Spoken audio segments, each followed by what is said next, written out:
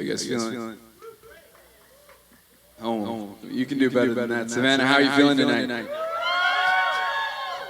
I'm Mobley. We're going to play some music for you. This song's called How in the World.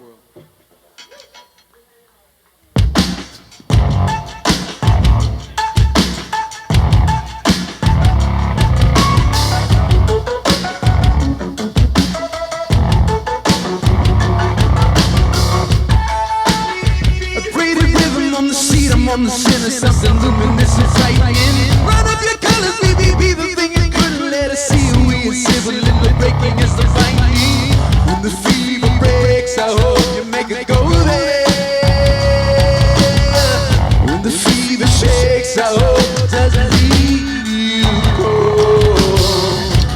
Don't you wake up wondering how to keep this going. Don't you wonder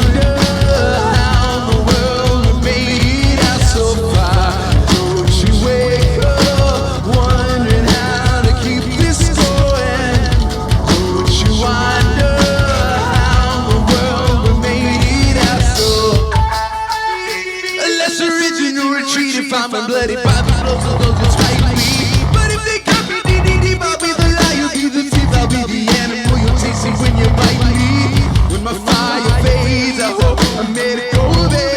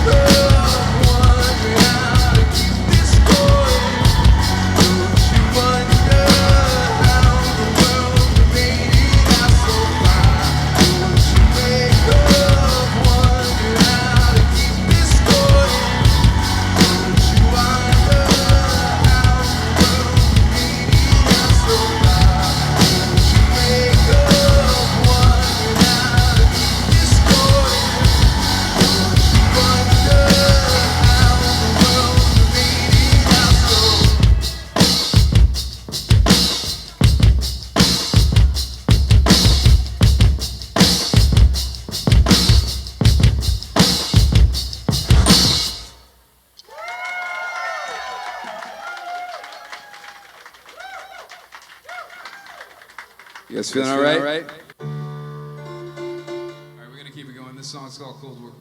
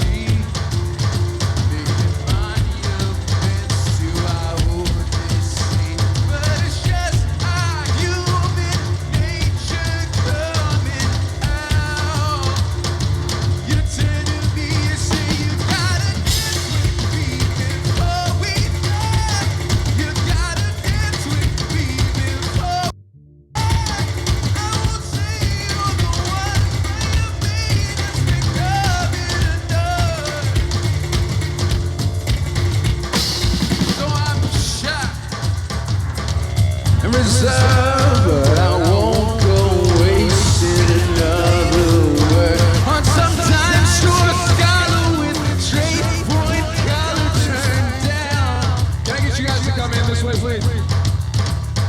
soon. What's he know? All his friends say I'm cold war cold. It's just my human nature coming out. You say you gotta dance with me before we die. You gotta dance with me before we die. I won't say all the ones, but you made us become it enough. Oh, you say you gotta dance with me before we die. You gotta dance with me before we die. I won't say all the ones, made us become it tonight.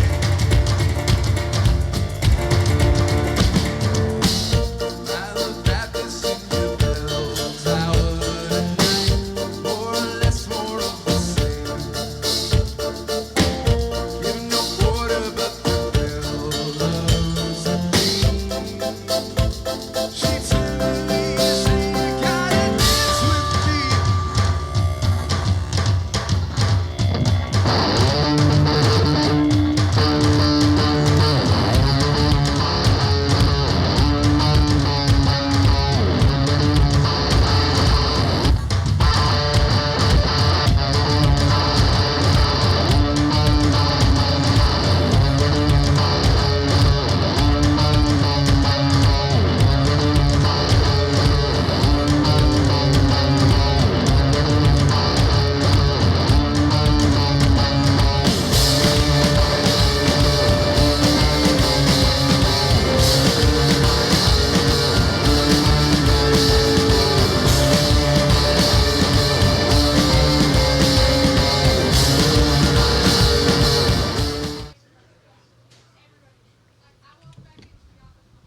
Ladies and gentlemen, welcome your host, Derek Marshall.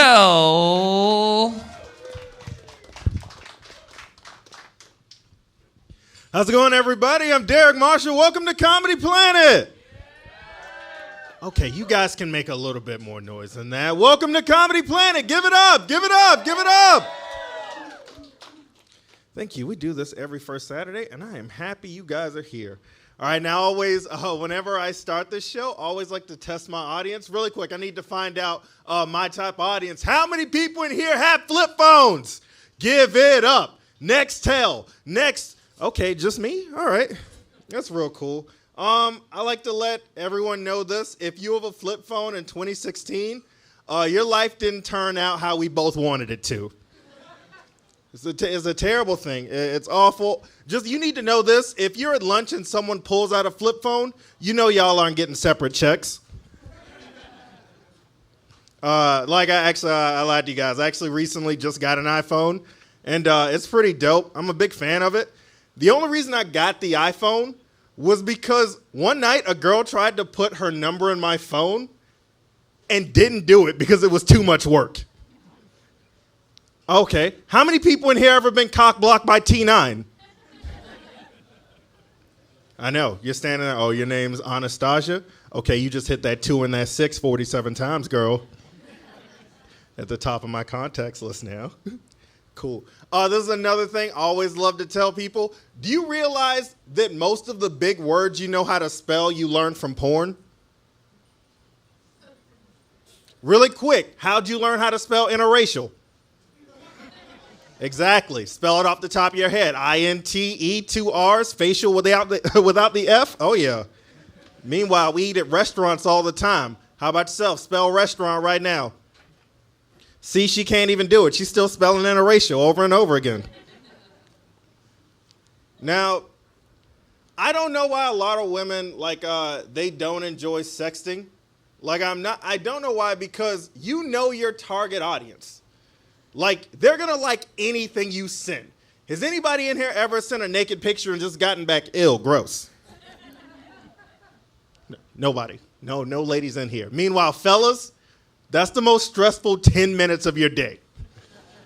Deciding what type of Instagram filter to put on your dick. I know, right? You're sitting in your room and you're like, maybe I wanted to think it's real sunny in my room. Maybe I go black and white like my dick's a detective from the 40s. Meanwhile, we all do the same thing. Isn't that right, guys? We put that dog filter on it. That's a cute-ass dick. Give it up. That is a cute-ass dick. Actually, I actually don't like sending naked pictures. I'm not a fan of it. But whenever I send one naked picture, I send 3 naked pictures. And I shoot them like a horror movie. First picture, you can't even see the dick all the way in the background, right? Second picture, it's a little bit closer, but it's behind something like a coffee mug. I know, how did it get in the house? Third picture, it's right in the camera. Make sure you go see it 2016. All right, I'm going to stop screwing around on stage because I have so many funny comedians for you guys. Welcome to Comedy Planet. I'm going to bring up your first guy. He is very funny. Give it up for Mr. Stephen Mays.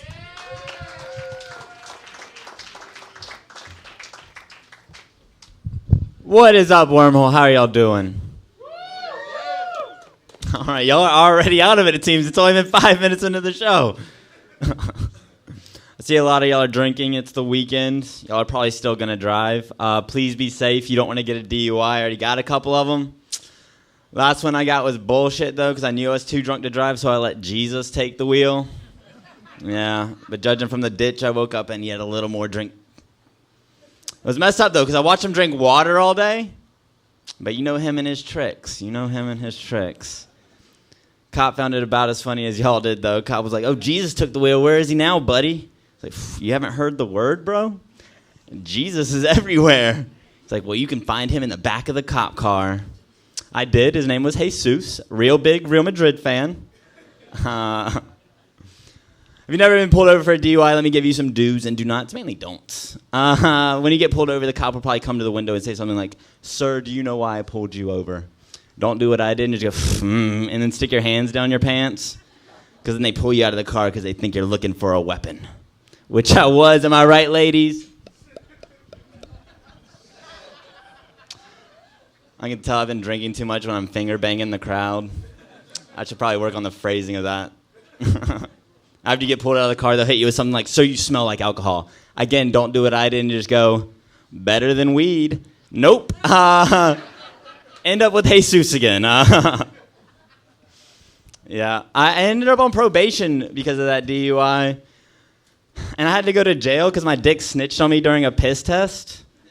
But what was really messed up was they made us bunkmates, so I beat its ass every night. I was like, you didn't think I was going to see you again, motherfucker?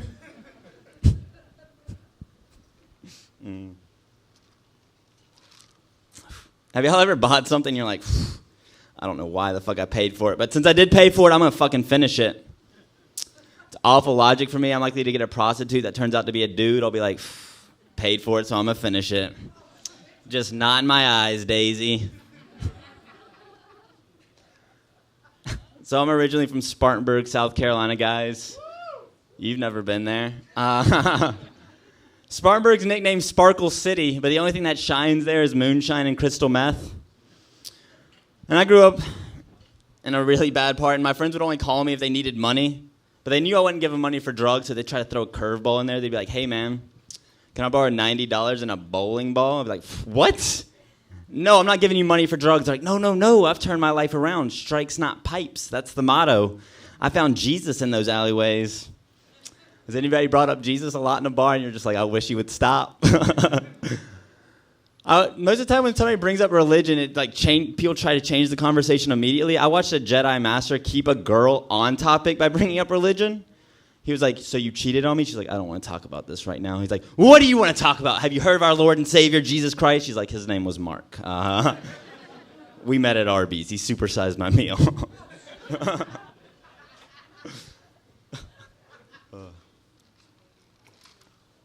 So I've been watching a lot of 90s movies lately. And 90s movies are always fun. Everybody's always happy. Black guys always have cool designs in their face. It was a great time for American barbers. 2000s, everything's dystopic. Everyone's awkward, or they're a psychopath or an awkward psychopath, which is somebody who stabs you without making eye contact. Like, oops, sorry, didn't mean to leave that there. And I realized that stuff even translates into porn. 90s porn, fun, consensual. Girls always had cool hairdos. maybe a landing strip, a Hitler stash. I saw one dude with an Air Jordan, was like, ballin', dude's about to dunk that shit. But he was white, so he just hit her with a finger roll. Nowadays, porn is so unrealistic. Girls always clean shaven, which isn't realistic at all, especially when you've been with a girl for a while. It always has a weird 5 o'clock shadow, like it just had a long day at the factory. It just wants to sit in its favorite chair and have a beer. Porn nowadays is also super aggressive, and you can just tell by the titles. It's always some teen girl versus some sort of monster. She never comes prepared, guys. Never has any garlic or a silver bullet. She's like, I'm going to subdue this thing with my mouth. It's like the opening scene to Law & Order SVU. I'm like, oh, shit, I need to call somebody quick. But then I finish, and I'm like, dude keeps saying his name a lot. He recorded it and put it online. They should have this one wrapped up in no time. So, guys, I recently got out of a relationship, and it hurt. But I'll never forget this girl because she had the bumpiest nipples I've ever seen in my life. Like, every time I slept with her, if I closed my eyes, I thought I was licking a Star Crunch. Like, I really wish I could have read Braille because it looked like it could have been a really interesting story. Maybe the secret formula to Coke. Maybe it's just a warning sign like, this chick is out of her goddamn mind. Actually, she was Jewish, so it would have been the other way around. If I read her nipples like this, it would have just sounded like Yoda, like, crazy this chick is. But we didn't break up because of her nipples. I love Star Crunches. We just didn't have a lot of things in common. Like, she was really into the Cowboys and fucking other guys. Like, I didn't realize how big of a Cowboys fan she was until after that. Turns out you just need a Romo jersey, guys. And not even a legit one. It just needs to have the number 9 on it. I feel like I lost y'all on that when you're like, Romo, why is he talking about noodles now? Apparently a real rich crowd, too. Y'all aren't eating ramen or watching the Cowboys. Doing better than me. No, happy people don't watch the Cowboys. It's different. So I am from Spartanburg, South Carolina. I grew up in a predominantly black neighborhood. And I got asked a lot of weird questions. They'd be like, hey, Steven, why do white people like cheese so much? I don't know. It's fucking delicious. I'll take a half ounce of Gouda if you got it. Sometimes their questions would get way more serious. They'd be like, hey, why'd the white man create crack? Was it destroy black neighborhoods structurally and economically? And I know what they expected. Like, oh, no, they figured it out. Let me go alert the Grand Wizard. And I was always like, didn't a black guy create peanut butter? Do you know how many little white kids are allergic to peanut butter? Most of them. But I'm glad these guys weren't thugs, you know, because they've been like, hold up. You mean we got to cap these crackers no more? We just got to Peter Pan them? Could you imagine the news reports? Just 2 drive-by peanut butterings today on Henry Street. Black guys jumping out. Get jiffed, bitch. Get jiffed. Hate crimes have never been so delicious. All right, that's all my time, guys. We'll bring up Mr. Derek Marshall.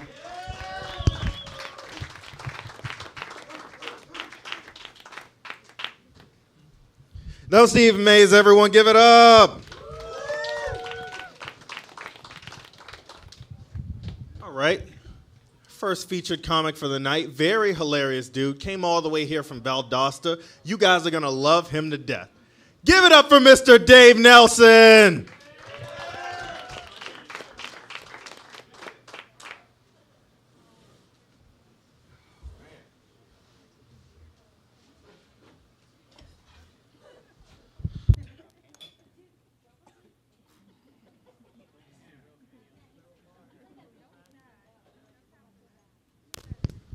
Sorry about that. It came out fierce and the fucking mic came unplugged right there. That's not fucking very encouraging for you, the audience, right? And then I found out Derek accidentally stole my beer.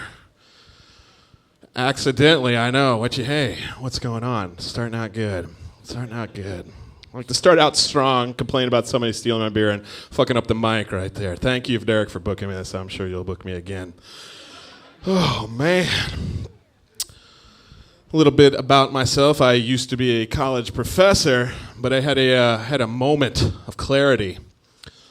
One thing, like students, I got tired of hearing this one. You know, you work for me. I pay for your fucking salary. I know. I had enough times hearing that. One day I said, hey, you're right. Fuck you. I quit. Just walked out. They didn't know what to do right there. I feel like the winner. It's probably a lot to do with my spirit animal. My spirit animal is a hybrid of Eeyore and Oscar the Grouch. Kind of a grouchy asshole, but a little adorable at the same time. A little adorable. Case in point, I was going to the gym, and where my gym is located, there is a train track, and there was a bus, school bus, by law. Those buses have to stop to look to make sure there's nothing going across. But this one was taking a little extra long. Like really long. It was like 5, 7, 8 minutes, I don't know. Long time. People were honking, line was building up, and I was just thinking, come on. Nobody on that bus is going to cure cancer. I live in South Georgia, lady. Come on.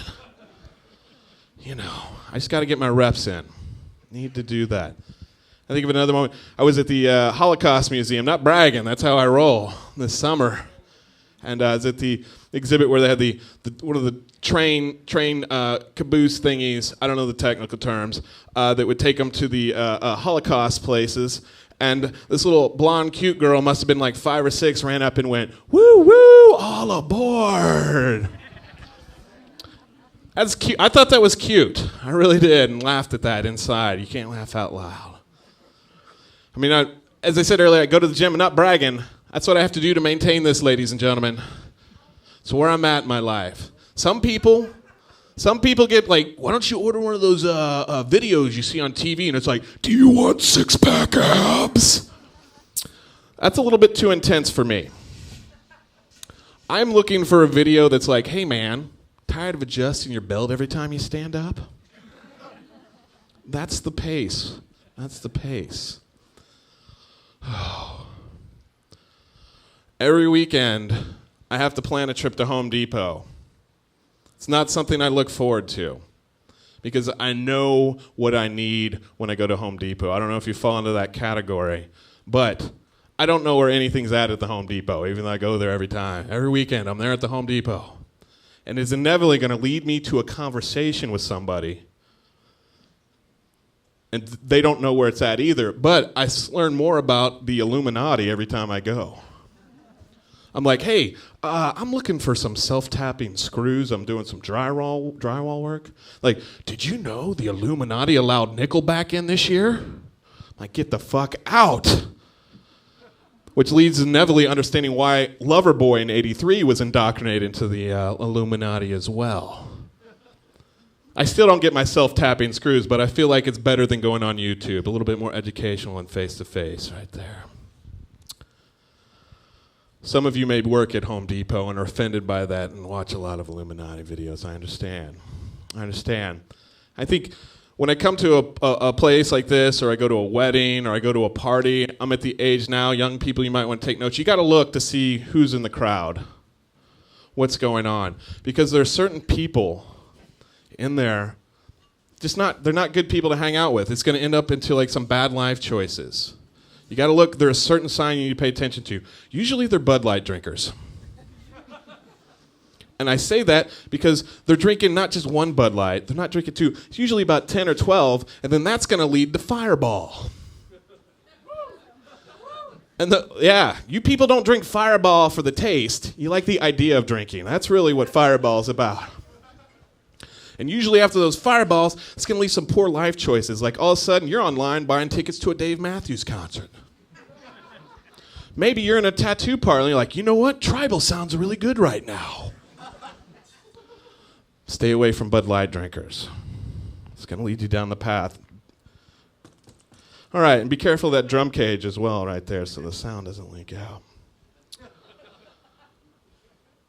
Millennials crack me up. I'm a Gen Xer. I don't know how many Gen Xers are out there.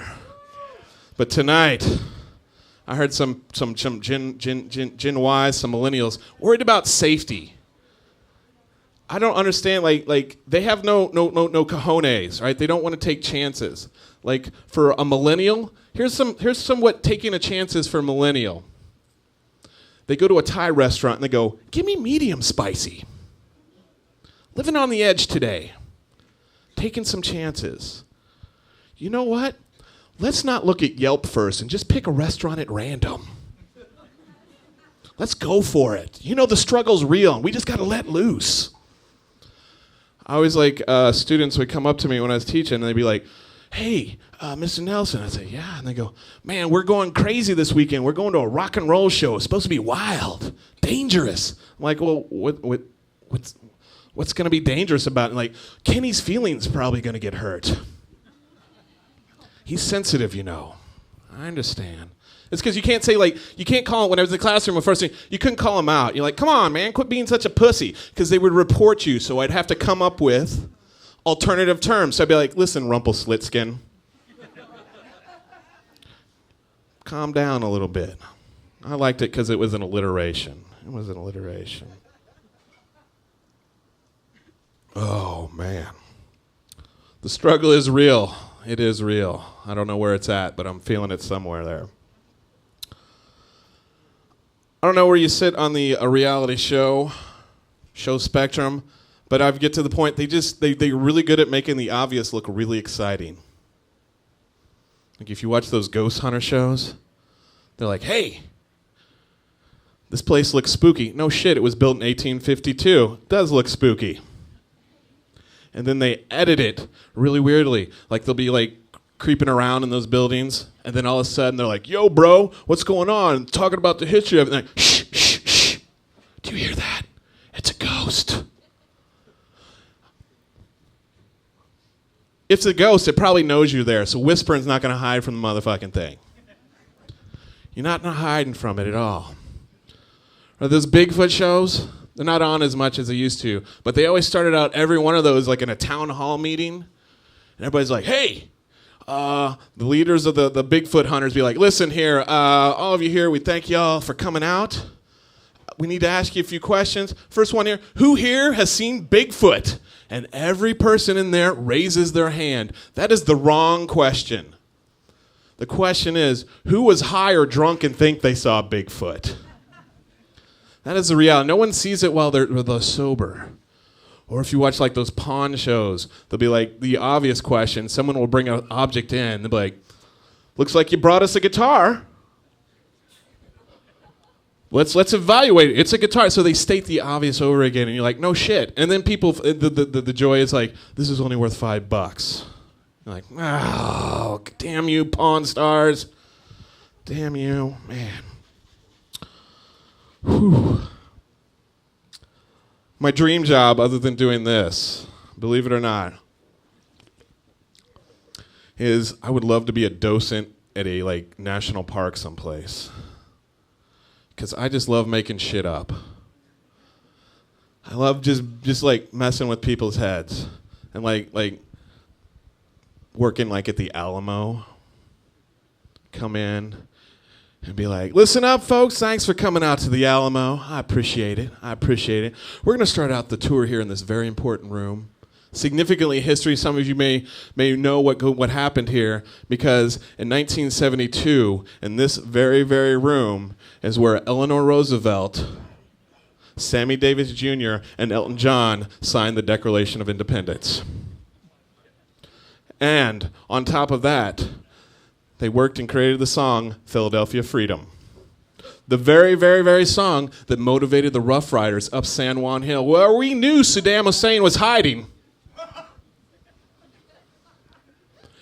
We're going to move on to the next room where Michael Jordan signed the Declaration to Free the Slaves, which is rather important here in our country.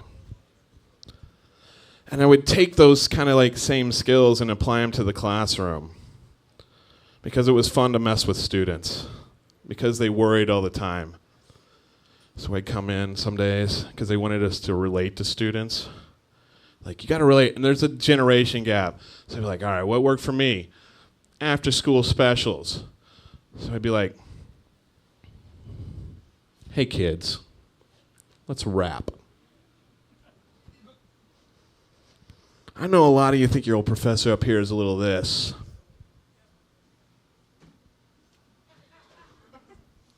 I'm all right with that. But I was a little hoodlum, a little scamp when I was young. High school, I spent a whole Saturday in detention one time. And I learned something. Doesn't matter where you're from, who you are. I don't know, Motorhead, geek, nerd, that weird goth chick sits in the back of the room. We're all the same on the inside. My students did not know I was taking subplots from John Hughes films and inserting into the class lecture. It's the joy of it. Why did I know I could get away with that? Because I would ask extra credit questions that had nothing to do with anything. I asked, what was the law in Florida they were trying to pass to legalize dope? Number one answer, Obamacare. I also asked, what was the first person, or who was the first person in space? Louis Armstrong, number one answer. Yeah. One question should have been framed a little differently, the way students read it. It was, what are the three most common elements in the universe? And the way they read it is like, what makes my parents want to fuck? Number one answer, earth, wind, and fire. Yeah, that's where they're at. Back home, I'm from the Midwest. My friends always like, dude, you hooking up with those students, man, getting the blowjobs? I know, but I would just appease them and say, sure, I'm offering extra credit blowjobs this semester. Like, really? Is it that hot sorority chick? I'm like, yeah, but see, the truth is, like, they didn't know I was fucking with them because we know 18-year-old sorority girls are terrible at giving blowjobs, right? You want a lady that's been around the block, knows what she's doing. Knows what she's doing.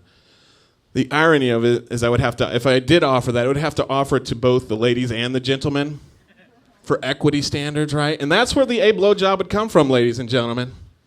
That 18-year-old guy that won't admit he's gay but just needs that release. Bring him in front of everybody. This is what an A blowjob. Take notes. This is the rubric right here, the gold standards. Tony's setting it for y'all. Tony's setting it for y'all. Yeah. Whew. I would take that kind of same mentality of messing with my students, with the parents, because when I thought, like, I got into the college teaching racket, I wouldn't have to deal with, like, you know, adults, parents. But every semester I get a call from a parent wanting to know how their little snowflake was doing.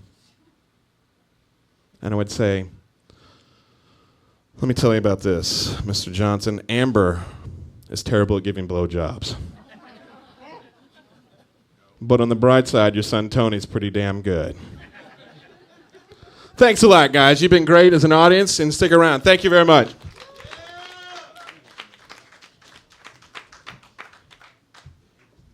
That was Dave Nelson, everyone. Give it up. If you were ever in his class, you don't need to do homework, so that's good. We have a few more comedians for you left, and I'm excited for you to see all of them. So up next, show a lot of love to Mr. Nick Murphy.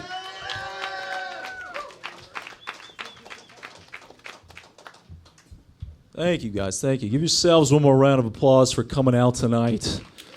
Excellent. Excellent. Thank you so much. And this is true. I actually was able to give $1 to a homeless man outside right before the show. So if you would, one more round of applause for me as well. Yeah. Thank you. There it is. Not too much. Not too much. He had change. Had to make sure he was cool. How hated is the drummer here that they have to protect him with full riot shields? I don't know, man. Bill, he's been saying a lot of racist stuff during the last few shows, just shouting over the music. Yeah, but he's so good. He's so good. How can we compromise? Oh, God, it's great to be here. Savannah, home of the open container. That is right. Yes, as we call it back in Atlanta, the road beer. Got to take every inch we can get, whatever it takes. Just the confidence I've been walking around with today, just beer in hand, giving the most satisfying greeting you can give with a beer in your hand in the middle of the street. Just, officer.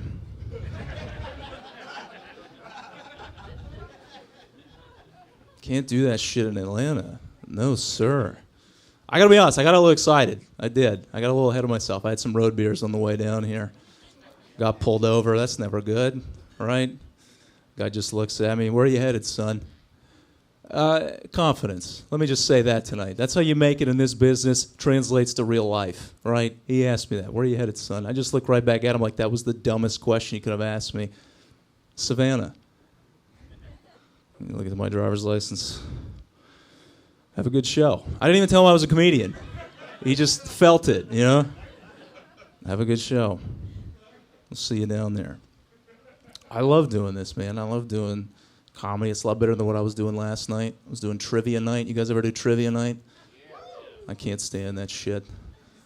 It's not for me. I just sit there watching my friends argue over something we should probably just Google. Get the right answer, right? And I've said this before. Trivia is for white people. It is. Let me rephrase that. Trivia in Savannah, Georgia is for white people. Only. No, I'm not. No. We're not going to go down that road. We're not going to go down that road. That'll be next week's show.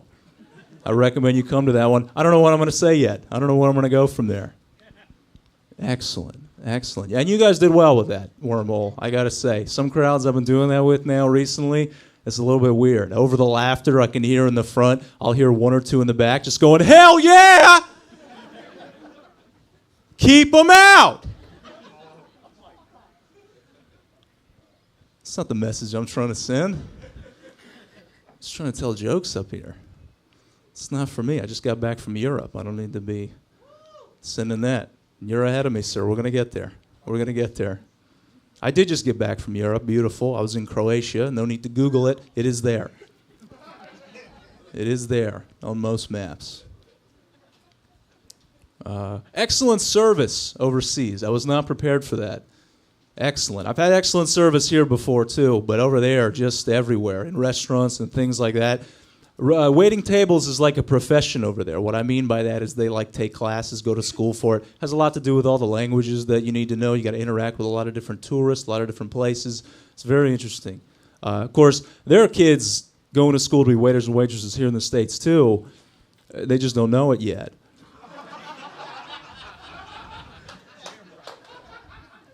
Yeah. That's usually when like half the crowd leaves. I appreciate you guys sticking around, though.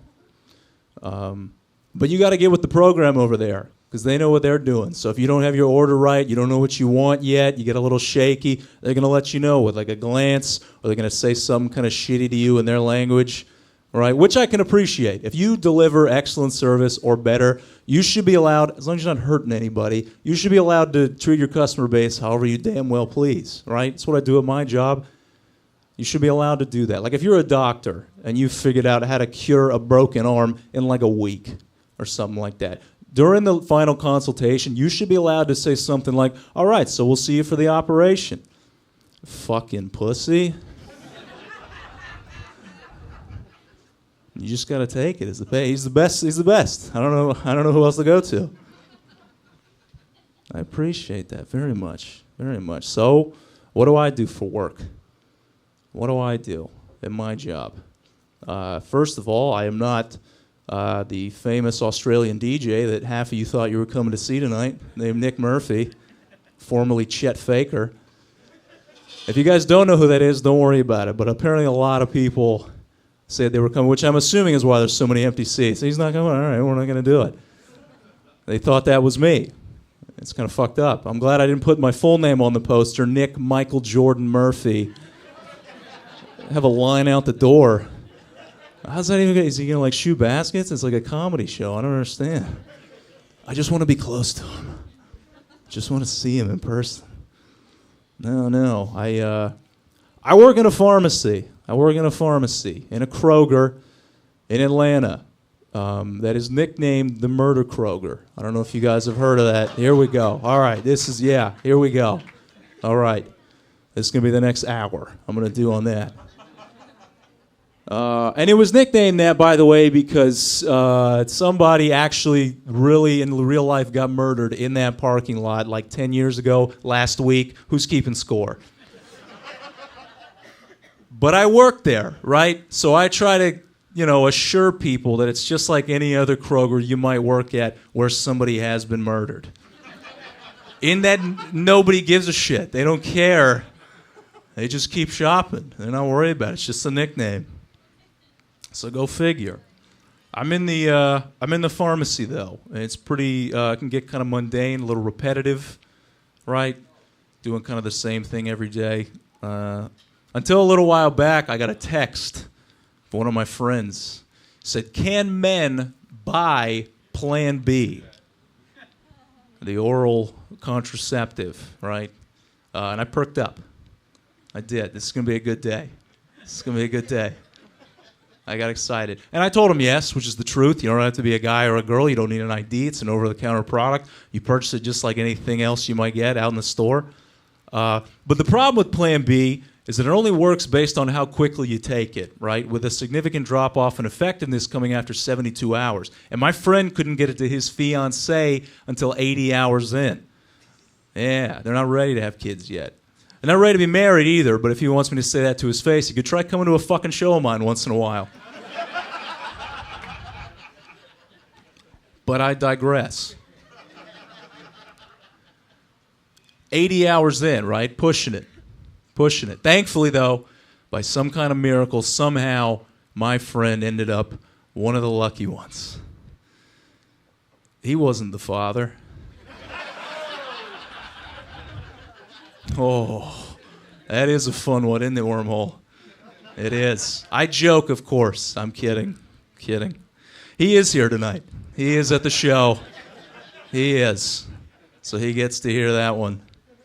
Excellent. Did this blow over? All right, let's keep going. I don't know. I've had a lot of realizations. Things happen to me. You look at life a different way. You kind of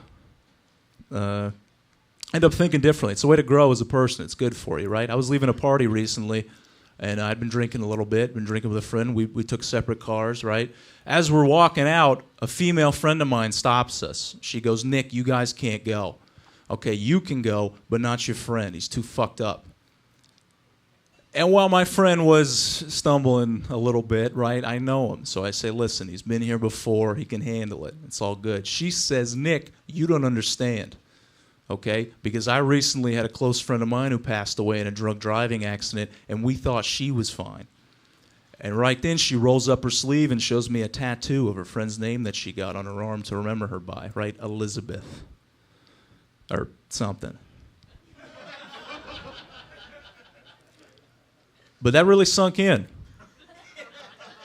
I couldn't even sleep that night, you guys. I couldn't. I was up all night just thinking about what kind of tattoo I might be able to get in the morning. So many options, right? Do I get a picture? Do I get my friend's name? Do I have to get my friend's name? Because it's really just the tattoo itself that reminds you of whatever memory experience you want to keep with you forever, right? Doesn't necessarily matter what it says. I can get LeBron James tattooed on my arm if I want to. Every time I look at it, I'm still going to go, "Oh yeah, Dave." Keep him with you forever, right? Because I've had somebody close to me who passed away recently.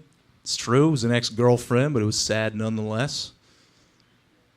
My question on that one is, though, how much time is supposed to pass since you've spoken to someone before you're no longer expected to be at their funeral?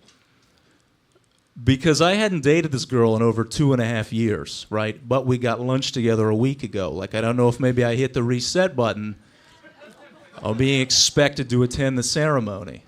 Yeah. Because I don't really want to go. I had a very good time at lunch. You know? Sorry that I don't know the Heimlich maneuver.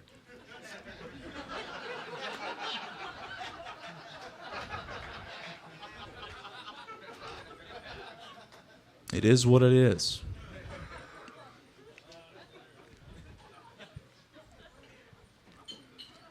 I've had some weird stuff happen to me recently. Going through a lot right now. Going through a lot in my life. Let me just poll the audience on this one. You guys do curtains or blinds? What do you think?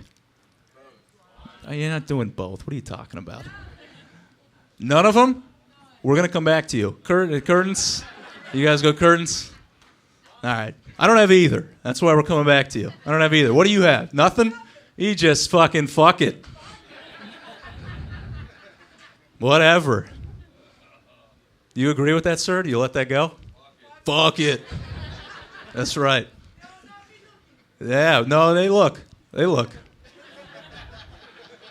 Binoculars. I don't have either. I don't. I got a big tree outside my window, and that pretty much is taking care of everything, right? Yeah. But I'm having construction done on my building right now, and they got to work on the roof, and they got this lift that goes up that fits right in between the tree and my window. And few things will fuck your day up like having two adult males with no shirt and hard hats just slowly levitating past your bedroom, just right in your face. You make an eye contact when you're on a phone call with your mom, just like, yeah, no, Mom, I'll be over. It's fine. I'm coming over for dinner. It's no problem. Why are you worried about your dad? What do you mean he eats too fast? Well, Dad knows the Heimlich maneuver, right? It's all right. No, I don't know. No, I don't know it either. Remember?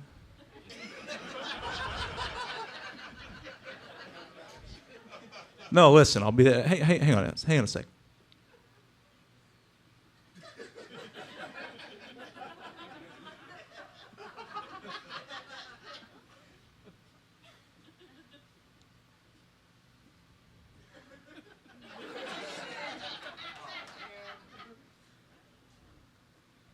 Listen, Mom, I gotta call you back. I'll be there in a minute. I don't know. Been dealing with that all month. My bank is in the news. Anybody else? Wells Fargo? Jesus Christ. I had no idea. It's never good news when your bank is in the news, is it? Never good news. They just come out. Wells Fargo has just announced that all their customers no longer have to abide by red lights. Don't have to do it. Go through those motherfuckers backwards. I don't even give a shit. Just straight through, get pulled over. Sir, do you know which way you were going? Not how fast were you going. That's how bad it would be. Do you know which way you were going? I just handed my Wells Fargo debit card. And you just... Have a good show. Have a good show. I'm not touching this one. But it's not that, right? It's horrible. Creating accounts people didn't ask for, right? Making credit cards, forging signatures, all that shit. The worst. Like, I need to get that phone call in my bedroom. I'm trying to get some writing done, just enjoying the sunlight out the window, right? They just call me, Sir, Mr. Murphy, we're getting ready to process your transaction. Just want to make sure you gave us the okay. Where's the money going? To you. What do you mean? Like checking the savings? No. We made you a whole new account. It's fine. I don't remember asking for that. Well, sir, you need a new account to fund your new credit card that you now have. I don't think I asked for a credit. No, it's fine. You signed for it. Well, we have your signature, so it's okay. No, that's not okay. I don't know. We're not gonna do it. Sir, you sound like you're getting a little frustrated. Do you want to be able to go through red lights this month or not? Yeah, yes, I would. Listen, no, it's not. I've just been having a weird month, and it's not. Hey, hang on a sec.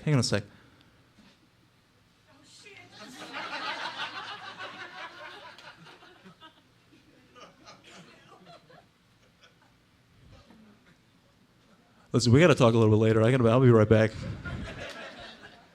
Yeah. I'll get out of here, I guess. You guys on Facebook? That's an easy one. Everybody, right? Not you guys? Fuck it, right? Not at all. I don't know. I am, but I don't think I need to be. 690, that's what I'm at with friends. I think that's low. But I don't need more, right? They're not really my friends, I don't think. I've met some of them. I don't think it needs to be so black and white with Facebook, right? Friends or not friends. Why is there no middle ground? Why not? How about a button that just says, we've spoken? Right? Or better yet, just former friends. That would be like 90%, I think, of most of them on there. I'll end with this wormhole. I have 3 close friends, and that's it. Right? Which is already a tough thing for me to say because I brought 4 friends to this show. Yeah. And none of those 4 are one of my close friends. You guys have been cool, man. My name is Nick Murphy. Give it up for your host, Derek Marshall.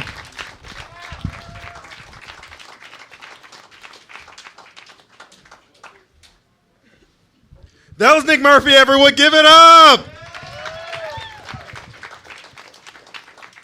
Hilarious. we have a few more comedians for you, so I'm not going to waste your time. Up next, this guy came all the way from Hilton Head, so make sure you show him a lot of love. Give it up for Mr. DJ Delgado!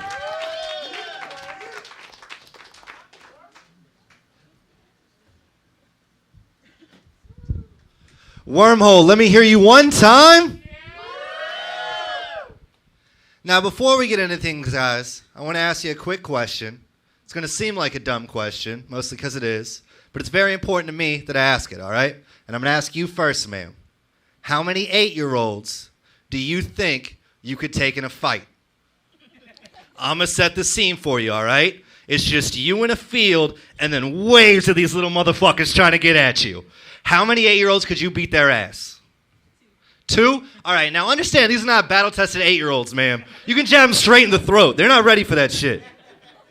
All right, I'm going to come back to you in a second, give you a chance to rethink it. How about you, sir?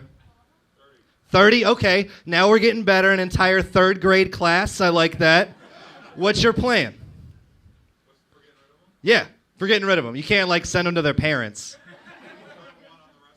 Turn one on the right. Okay, mental. Understand they're 8-year-olds, so it's mob mentality. They're all going to do whatever the rest of them are fucking doing. Anybody else got more than 30? How about you, ma'am? You look like you're a pretty good person at beating the shit out of children. Probably 20, okay. Do you have any parents in here? Make some noise if you're a parent. I definitely want to hear what a parent has to say. How about you? 100, there we go. That's someone who's like, I'm just envisioning my kid on each one of them. I'm not sure if an 8-year-old still has a soft spot in the back of their head, but fucking find out is what I'm trying to say. Now, one of the most important things you guys have to understand is that at a certain point, the 8-year-olds, they're going to start mobbing you. They're going to start grabbing your legs. They all weigh about 80 to 90 pounds because they're fat as shit. We live in America. They're going to start weighing you down. There's going to be nothing you can do. So what you got to do is you got to take one of those 8-year-olds you knocked out. You're going to have to pick it up. Use it as a weapon against the other 8-year-olds. That's sort of regain range. Let you go for a lot longer, all right? Fighting children is a marathon, not a sprint. You find out a lot about yourselves doing comedy, guys. I probably found out that I shouldn't babysit anymore. I was around an 8-year-old, tried to give him a high five. He stiffed me. I wrote that whole fucking thing. This might be a little crass way to start out the show, but does any guy in here have a nickname for their dick? If you do, just yell it out. Disappointment? That is a pretty solid name for a female to have for their dick. I think that's probably better than anything else. Anybody else? No, I'll probably make fun of it. All right, you guys are scared? Me personally, I nickname my dick God. Because it's not allowed in schools anymore either. That's right, social commentary with my dick jokes, guys. Slide it in there. I love doing this. I love comedy, but I wouldn't be doing comedy if I had dropped out of college and moved back in with my parents. And you guys know what the worst part about moving back in with my parents was? You probably think, losing all your freedoms, not being able to go out, being consistently patronized and treated like a child, when in all actuality, you're a fucking adult? No. It's that I couldn't watch porn with the sound on anymore. I had to sit behind locked doors, all the lights off, like I'm Anne Frank every time I want to jerk off. All right, you guys enjoyed a Holocaust masturbation joke too. All right. Really feeling you guys out here in the beginning. And I dropped out of college because I just changed my major way too much. When I originally applied to my college, I applied with the major of economics. And then freshman year, I changed that major to Four Loko. And then sophomore year, I changed that to Four Loko Blueberry Lemonade. So yeah, I dropped out of college pretty quick. And I never really had an issue. I never really gave a shit about grades or anything like that. It never affected me. I didn't give a shit about a GPA. I made it into college because my last name's Delgado. I'm a quarter black. So check, diversity is in. So it never affected me except for 2 years ago, I was down on my luck and I decided I was going to go ahead and try and sell some sperm to make some money. And I went to the place and they told me that I did not have a high enough high school GPA to donate sperm there. I'm going to say that again. I did not do well enough in school to jerk off in a cup. Which ironically is what I studied for the most back then. And it was like I just wanted to go back in time and just like shake myself and be like, hey man, hit the books, drive up the market price on our jizz. I just really like saying market price of my jizz. I like to imagine like a stock ticker of it. It's probably too far into that imagery, guys. Oh man. And like I don't live with my parents anymore. I eventually moved out. And I had like a really terrible thing happen at my place the other day. Someone rang my doorbell. And so I went out to my door and I looked through the peephole and there was nothing there. And so I opened up the door and in front of me was a baby with a basket with a note on it that said, I can't take care of this child. Hopefully you can. And in 1 second, I went from being stoned to being a father. Which I don't know anything about how to raise a kid. I barely take care of myself most days. I just talked for like 2 minutes about how to beat the shit out of an 8-year-old, so it's probably not a good call. And I was just so messed up in my head, I didn't know what to say until finally I just realized that I live in a duplex. So I slid it to the right and went back to sleep. And if you guys are wondering, Ray Ray is doing wonderful next door. And if you guys thought Ray Ray was black, you're racist. Which, fun fact, guys, like I said earlier, I am a quarter black. Thank you, that's the appropriate response. Rest of you guys, fucking terrible. Interracial relationships, we're for them, guys. I bet you are. I don't know quite what I meant by that, but it felt good. But like, I'm a quarter black. When I tell people, like, they never believe me. They're always skeptical. And I get it, you know. Like, I don't have any of the obvious stereotypes that you look for. Like, I'm not amazing at basketball. I don't have a gigantic dick. Spoiler alert for some of you guys out there. But I make the best fucking Kool-Aid, y'all. And if you're not laughing at that joke, get black friends. And drink that Kool-Aid. Holy shit. And like, people, like, there's, no one ever can tell, you know, they, like I said, they're skeptical. There's always just one certain, like, set of people that always do know, though. And that's, like, really old white people. Like, just being racist for years have given them a superpower to this shit. Like, I walked by and this old lady looked at me and she was like, quadroon. Which I did not know at the time, but a quadroon is a racial slur for someone who's a quarter black. I personally just thought it sounded like a reject Girl Scout cookie. Like, yeah, man, I ordered a box of Samoas, a box of Thin Mints, and a box of quadroons. But for some reason, the quadroons always show up a week late. Good job, guys. We got through that pretty well. It's a racially mixed crowd, the white people. You guys are braver than I thought. Oh, man.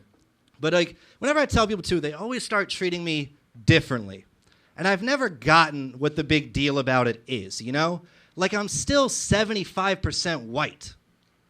It's not like I failed. Once again, good job getting through that, guys. More of a math joke than anything. And honestly, at least I recognize my privilege. And, like, I'm super light-skinned, so it's like I've always wondered how I came out to be this way. And I actually looked into the science of it, and it turns out that I am incredibly lucky. I don't know if you guys read the news. And I get that some of the jokes I just said could be construed as like a little offensive. And I get that. But you have to understand that doing jokes like this enables me to see a wonderful moment every now and then. Like, I was telling a joke at a show, and I'll tell the same joke for you guys now. A lot of the girls that I've been sleeping with lately say that sex with me is not that memorable. But I'm just blaming that on the roofies. Funny joke, but I could see how you could take it wrong, especially if you went to college. And so I told that joke, and there was a couple in the audience, and the woman's face, her jaw tightened, her body entire just clenched up, and she looked straight at like the guy that she was with, and he didn't notice because he was laughing. But when his eyes met hers, all the fun just fell right out of his face. And it was such a wonderful moment for me because I'd never seen anybody's soul stolen before in person. Moral of the story is just enjoy a joke, guys. I bet pimps would make incredible tennis players. Because, they have a great backhand. And pimps don't give no love. I am from Hilton Head, guys. Tennis chicks come with a deal. Thank you. And I hate the phrase. You can't turn a hoe into a housewife. Because that makes it seem like I don't know how to spell.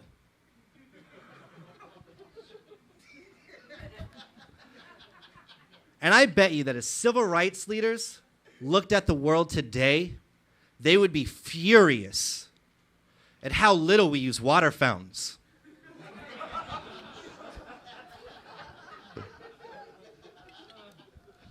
I fucking saw a kid put his entire mouth on one, and I was, that is gross, and I'm never doing that again. Oh. I travel a lot doing this, and I was driving the other day, and I actually drove by a tree that had 3 separate, roadside memorials on it, 3 different crosses. I'm going to give that to you guys again. I drove by a serial killer tree the other day. Which the worst part about it is that one of those roadside memorials was actually done out of blue ribbon, so it made it look like the tree got first place in killing a guy. Sorry for the tree homicides, guys. I feel like a lot of you guys text and drive and are a little scared to laugh at this one. Oh man. And anyways, by the way, if I was ever to die by driving into a tree, do not put a roadside memorial up, all right? Do not give the tree a teardrop tattoo to let other drivers know it doesn't fuck around. If anything, avenge me. Cut that tree down. Make my coffin out of that tree. Give me some type of thing. You're telling me that if I was shot, you wouldn't rest until you found the killer, but you're going to let a bitch-ass pine take me out and get no justice? It's horseshit. And I tend to date girls from a certain category. Great segue on that one, by the way. I tend to date girls from a certain category, and that category is batshit crazy. And I know that's a thing that every guy always says about girls, but in my case, it's actually true. For instance, the last girlfriend that I had was into autoerotic asphyxiation, which if you don't know what autoerotic asphyxiation means, that meant that she had to be choked literally every single time we were in the car together.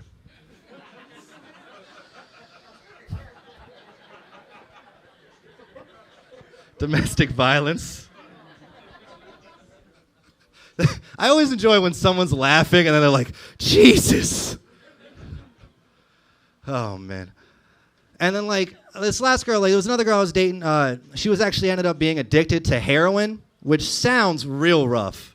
But it wasn't that bad, because while we were dating, we ended up going on one of those gaming shows where they ask you questions like, if you could take one thing with you on a desert island, what would that one thing be? So I just wrote down heroin for all the answers, and we won a cruise. Which she sold for heroin. So we broke up. And so I decided, I'm like, all right, I miss these girls. So I decided I'm going to go ahead and reach out to them. So I went on Facebook and I tagged them all in a picture. And the picture was nothing but a black background with red words. And all the red words said was, get tested.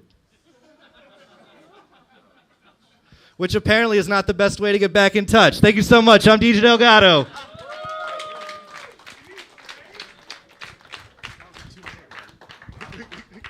That was DJ Delgado, everyone. Give it up.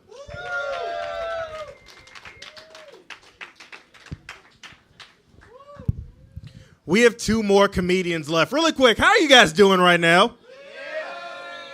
Oh, this is awesome. One of your first headliners. He is very funny. He just got back from L.A. He was on the Robert Irving show arguing with his roommate. This guy runs business as usual, and he is a very funny man. Give it up for Mr. Kyle Gillis.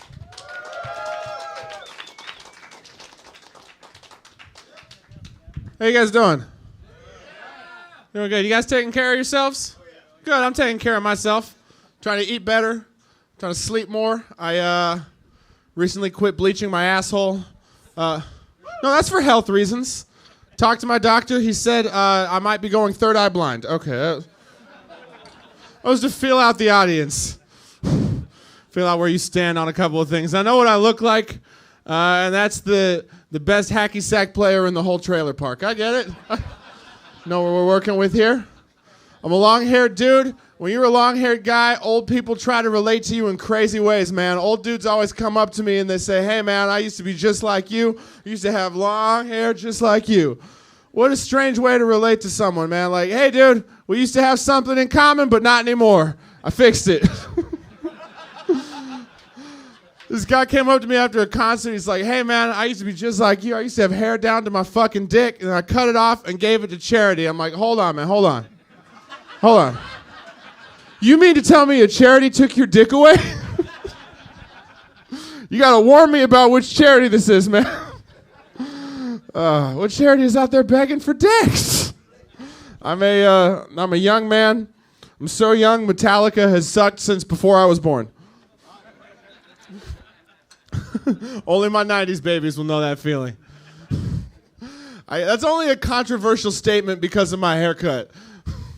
I look like I should be defending Metallica. I look like I spend a lot of time defending Sublime. I get it. Look, I know bands don't have slogans, but if Sublime had a slogan, it would be, when was the last time you smoked weed out of a soda can? We can fix that. Welcome to Sublime. Welcome to Sublime. Okay. I'm very jaded about music, and it's because I used to work in a music store.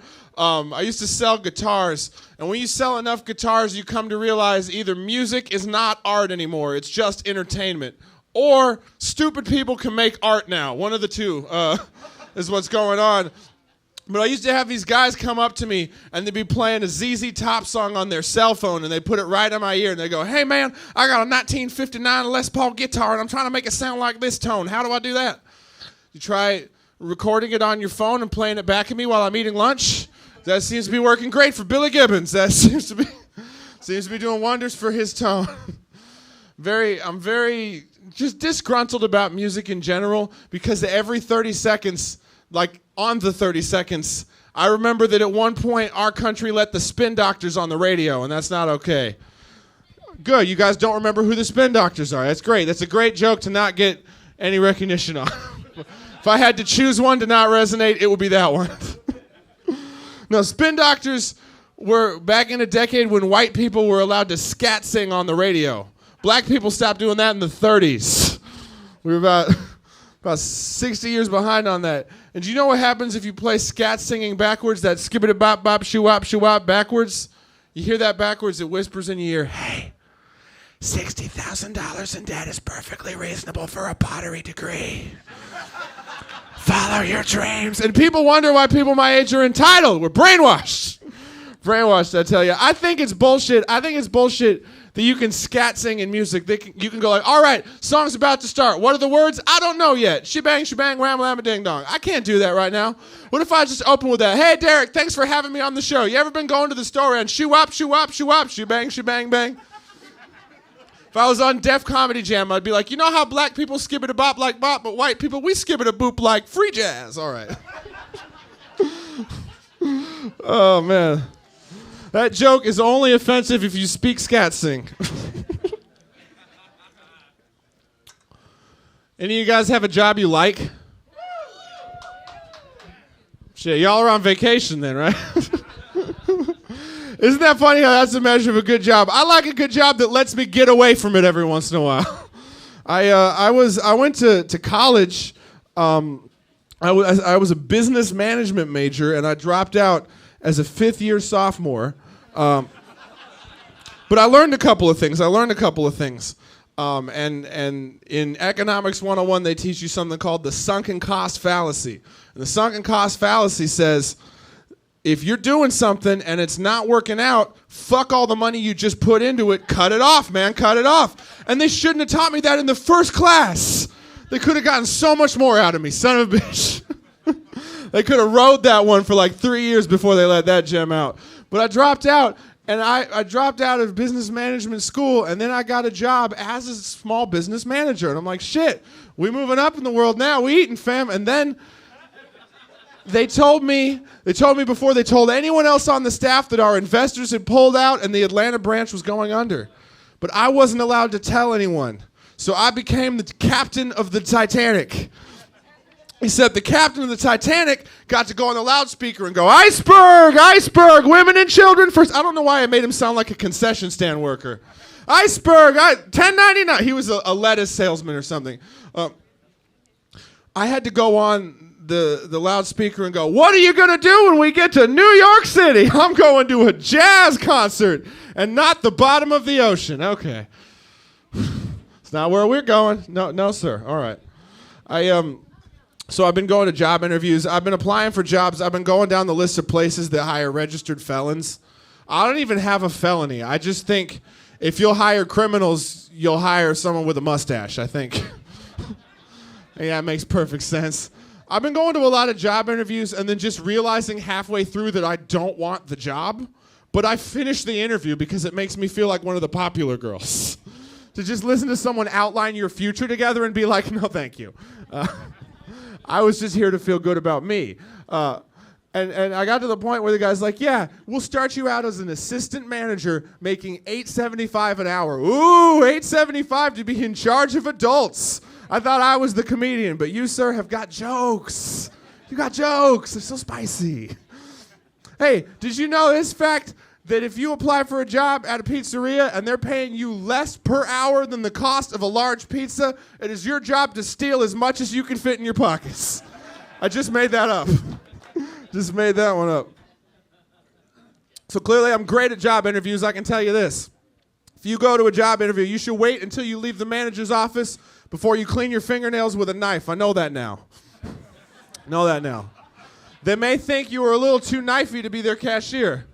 Hey, man, I don't know if this guy knows how to count change, but he knows his way around a shipyard brawl. I will keep him on call in case things go sour with the Cubans. Okay. Too much backstory for that character. I agree. Used to work in a restaurant. I worked in my favorite restaurant. It's kind of like working in a restaurant. The only problem is if you work in your favorite restaurant, you lose the ability to get high and go eat at your favorite restaurant. No, actually, you just lose the ability to enjoy it.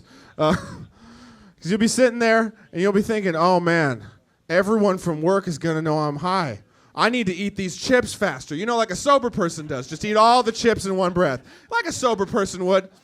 Here's the thing, though. Those chips have a little defense mechanism built in, and that they're very pointy. Okay?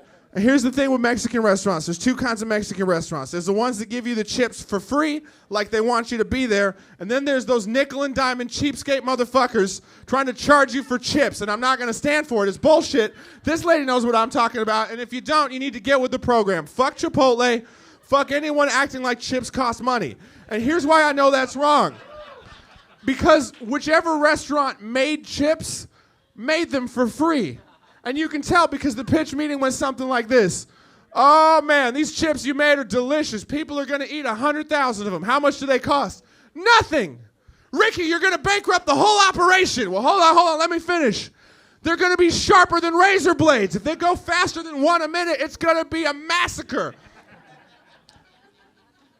"Well, foot in my mouth, but if you'd opened with massacre, I would have already been going, yeah. You know what I like, Ricky. You know what I like. Papa loves a good massacre." Okay, again, too much backstory on that character. I agree.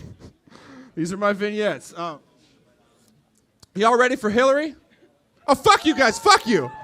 That's a little better. I'm ready for Hillary. I'm so ready for Hillary. My vote and my body are ready for Hillary. And let me tell you why. Because I also have no integrity. It'd be great to see one of our own in the White House for once.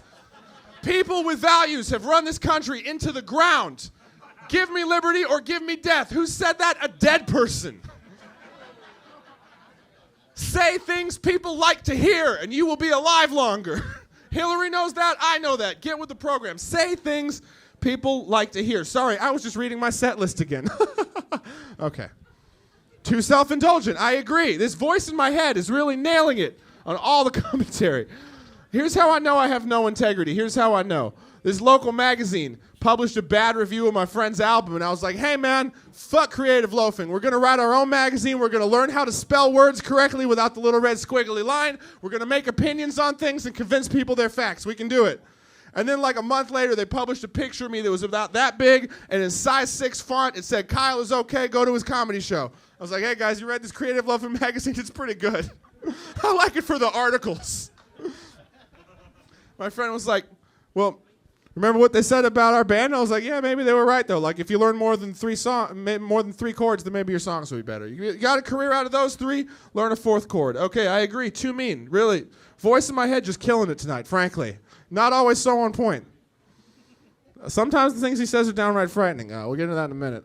Y'all watch the election? Not the election. Fuck it. Fuck me. Y'all watch the whole election? Can you tell me how it ends? I'm down for spoilers. Just tell me who wins. Trump? Shit, I already got a plan for that. You know where I'm going if Trump wins? I'm going to Alaska. Now, I know that's part of this country, but I don't think he remembers that. I don't think when push comes to shove, he's going to remember he's in charge of that. Do you know either weed is legal in Alaska or no one's watching? I think it's the second one. I don't think anyone's paying attention up there. Oh, man. No, I was watching the debate, and that more than anything, it pissed me off, man. And people are mad that Donald Trump isn't paying his taxes, and I agree. And it's okay to be mad that Donald Trump isn't paying his taxes, but that made me feel like a rich motherfucker, man. I felt like a rapper bragging to my friends, yo, called my friend, I was like, last year I paid more in taxes than Donald Trump. Boom, bitch.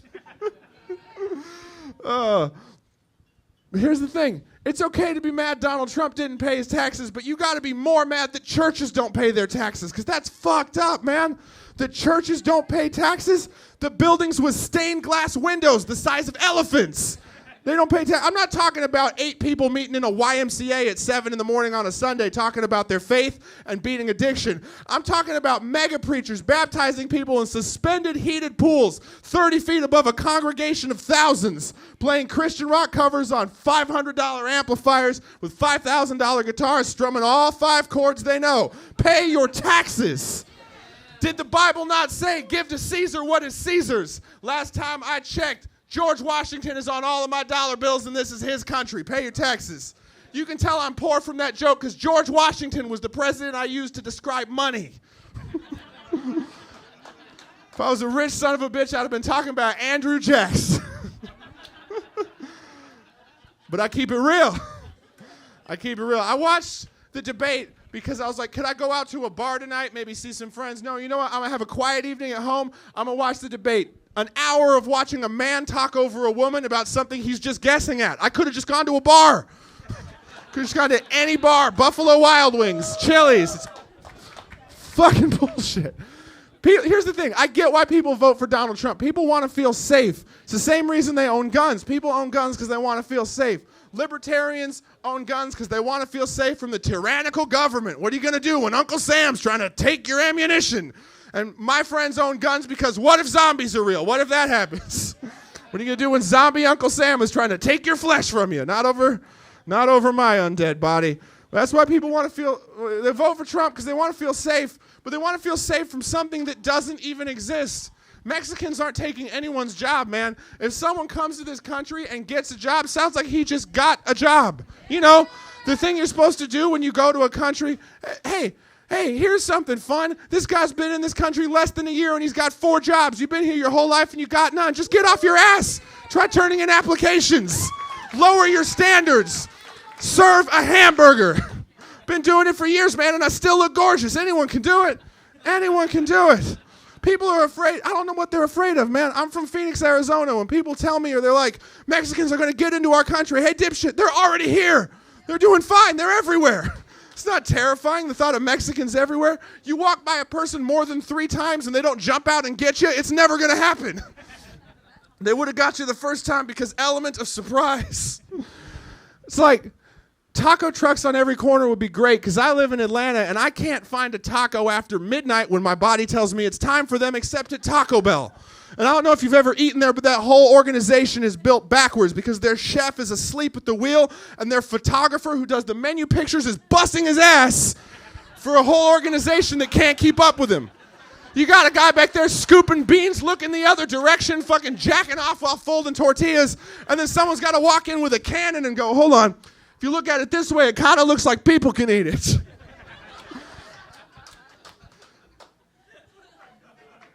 And you know they're trying to trick you because they make you buy it through your car window. No one has ever bought anything of value through their car window. If I bought my clothes through a car window, I'd be wearing size 8s because I'm afraid to drive this motherfucker backwards because the car might stall out. I described money using George Washington as an example. My car does not work properly. You can infer that or imply that if you failed high school English. Okay. Oh, man. People are so afraid of things that don't make sense. Why is everyone so afraid of cats? I based this off of that. All football mascots, all basketball mascots, they're supposed to be things you're afraid of, right? Strike fear into the hearts of the masses. They're all cats. Wildcats, jaguars, panthers. That's not scary. That's just a house cat, but bigger and hungrier. I got an idea for some real scary mascots that are going to change the game. Okay, number 1, Michigan State phone call from your probation officer. Ohio University, we are rapidly destroying our rainforest, and we're going to make a hole in the sky that sucks us all into space. I don't know what the mascot will look like, but terrifying. Arizona State, this career in comedy is leading you towards 30-minute one-nighters in a casino in Hilton Head, and you're going to go home and work the rest of the week at Chili's. Scary mascots, right? Terrifying. Give me the panther. Fast food in general is just fucked up, though. You guys have Cookout in Savannah? Yeah, cool, man. When I do this other places, I got to describe to them what Cookout is, and then they all leave before I finish the joke because they got to go find one. Cookout's crazy because their whole slogan is cooked outdoor style. I don't know any other place that brags about, hey, want to come to our restaurant? We might as well not even have a building. That quesadilla would taste the same if I warmed it over a trash can outside. Welcome to Cookout, you fucking hobo. But cheeseburgers are out of control. Did anybody notice when this happened? I remember when I could afford one and eat the whole thing. Now, every time I start a cheeseburger, I don't even know what's on the other end of it. It's so damn big. Is it my own hand? Is it a treasure map? It could be anything because I've never gotten there. And they're so wet. I thought we were eating these things with our hands. Apparently not. And every description sounds like an invitation to a bare-knuckle brawl. It's like every cheeseburger starts out with its own theme song like a wrestler. Fucking ZZ Top or Thin Lizzy plays and the burger comes out and it's like, the motherfuck burger, who's ready to die? That's its slogan. We start off with a whole pound of Angus beef, an entire head of lettuce, 2 pounds of pulled pork, and you probably thought we're done, but not yet, pussy. Whole can of tomato soup right over the fucking top of it. I had to eat one with a spoon once, and they kicked me out of the bar. Still can't get back in there, and they got my man card and my purse. Fuck. Oh, man. You guys are good. I have humbled myself many times over. I applied for a job at a hat kiosk at the mall once. And that's not the embarrassing part. The embarrassing part isn't even that I didn't get it, because I didn't. The embarrassing part is that when I got to meet the manager, I was so nervous. No one should be nervous to meet a guy whose whole livelihood can be moved a little to the left if something more important's happening right here. Hey, John, that guy from Sharper Image needs to show this kid how fly a little helicopter can go. Could you move your livelihood a little bit over that way? Oh, yeah, that's fine. I'm just selling headwear. So I'm doing something I don't think you've ever done before a job interview. I'm sitting in my car, and I'm like, I am so stupid. I should have worn a hat to this interview. I'm going to look like a fool out there. I'm going to look like I don't know the product. I fucked it up. So I'm walking through the mall. I'm walking myself through my plan. Here's the plan. You got to tell him you are punctual. You got to tell him you are customer service oriented, and you got to make sure he knows you are not judging him. I feel like everyone who runs a kiosk needs to be reassured that at least a couple times. Hey, man, this happens to the best of us. Look at us. So I'm getting there, and this should be an easy interview. He should be like, why should I hire you? And I could be like, you don't have a lot of other choices. Sit down. And instead, I'm running through these mind games with myself, and here's what happens when you go to a real job interview. You go to the door, you come on in, you introduce yourself to the guy, he takes you to his office, he leaves someone in charge. This is your big chance, Phil. Don't fuck it up. You're running the sales floor today. And instead, I just make eye contact with a guy from 1,000 paces in the open mall, like cowboys at high noon. Woo-woo-woo. Saddle on up to him, shake his hand, and he takes me to the manager side of the kiosk. This is where the sharks are swimming, boys. Who does he leave in charge of the mall? Nobody, because he can see the whole thing from here. He can see the whole mall from here. All right, you guys have been cool. I'm sure there's some very important things I need to tell you before I get out of here. Oh, here's something. I think I'm a good person, but I can't stop catcalling. But I don't catcall women. I just catcall cats. Like I sit on my porch, and when my neighbor's cat walks by, I'm like, hey, pretty kitty, would you come let me pet you? Come be my best friend. If you didn't want nobody to pet you, you wouldn't have been so cute and fluffy all the time. That's the cutest joke I can make about something that's not okay. All right. Men were stupid. Men, when you think of a man, you think of a smart man probably, you think of a tough man, but that's not the majority of men. Men are stupid and they are easily led, and I can tell you this because they make men's shampoo, and the way they describe it, it's like they're not describing a shampoo, they're describing a movie, and the star is you, and the genre is action, adventure, revenge, pornography. Every time, that is the movie that shampoo commercials are selling to you. Women's shampoo, or as we'll call it from here on out, shampoo, says things that make sense, like this will hydrate your scalp and put in all the dumb nutrients your stupid girl body left out, and then you go buy it. But men's shampoo is like, this is only for fuck machines. If you ain't pounding puss, wash yourself with something else. And you're like, no, that sounds like me. Sounds a whole lot like me. Let me get it. Let me bite it like a steak. I want it. Women's shampoo, it's written in a font like Times New Roman or Helvetica, or like a people font. And men's is like written in that graffiti font. It's got like a bold, glowing outline and an American flag backdrop. It's in this sleek black bottle. And every women's shampoo has a name like Nutri-Health or like Invigorate or whatever. And men's shampoo is like Rusty Muscles. So this is every woman's shampoo commercial starts out like, all the hydration of water, but in shampoo form. True beauty is your essence, and nutrients are your goal. Whoosh. Invigorate or whatever.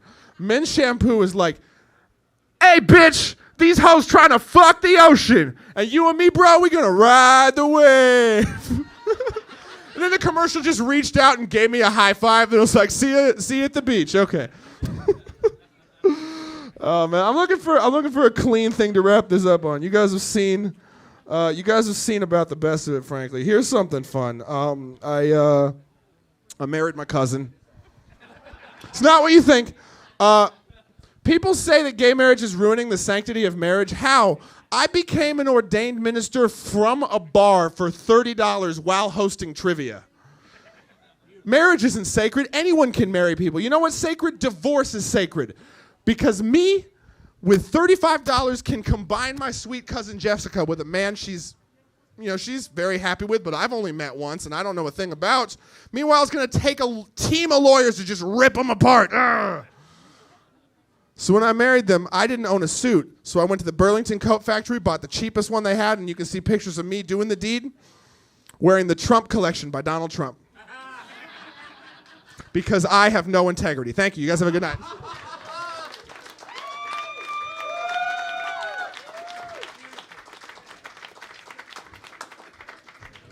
That was Kyle Gillis, everyone. Give it up.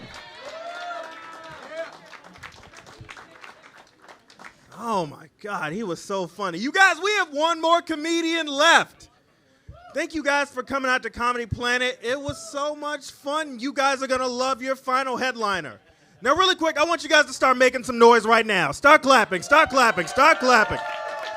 Everyone at the bar, start clapping. Start clapping. Give it up for your last comedian, Mr. Kevin Saucier.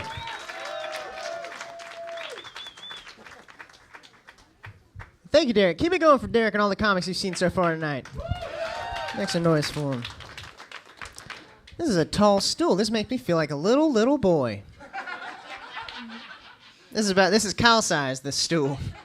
They didn't know somebody else would be here. It's nice to be here. I'll tell you this about me. I'm pretty laid back. I'm someone who, when I go to like a fast food restaurant through the drive-thru, I will often get mammed. That can happen. I got one of those voices. Something about it hits a drive-through speaker. Person on the other end is like, oh, this is definitely a woman. For sure. 100%. They're so confident. If they're trying to be polite, they might double down. They'll be like, ma'am, that'll be 7:38, ma'am. Like, I got double mammed. But I roll with it. I'm like, all right, I could be a lady. For 18 feet, I can handle that. I get to that first window, they're confused. They're like, you had the number one? I'm just like, yeah. It's like, all right, now we're on the same page. Now we know what happened here. Because you can't get defensive at the little speaker box. You can't be like, it's sir. Because they're just going to be like, repeat that, ma'am. It's like, ugh. Y'all ain't going to let me win this. You guys are out here drinking tonight. I went out with some friends recently, and they brought along a guy who I did not know, who proceeded to get blackout drunk and then run away from the group into the night.